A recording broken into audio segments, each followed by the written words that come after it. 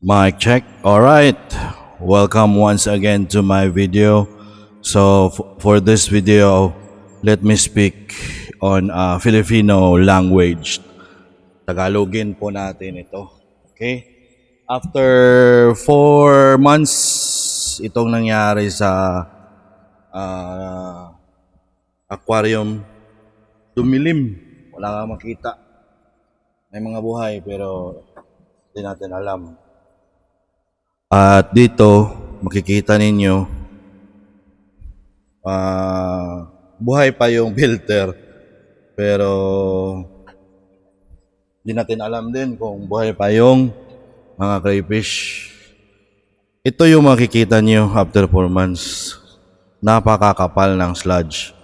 So, yung filtration ko, parang nag-stack up. Ganyan. So, kumapal yung mga damo, yung hindi damo naman na damo, aquatic plants na kangkong. Kangkong. So, yung overflow doon, dito, yan, walang nangyari kasi bumaba yung tubig. Tapos, ganito ang itsura niya kung araw. Dito ang naaarawan. Ito yung net na ginawa ko para umakyat ang mga crayfish. Yan. Tapos duckweed. 4 months ganito lang.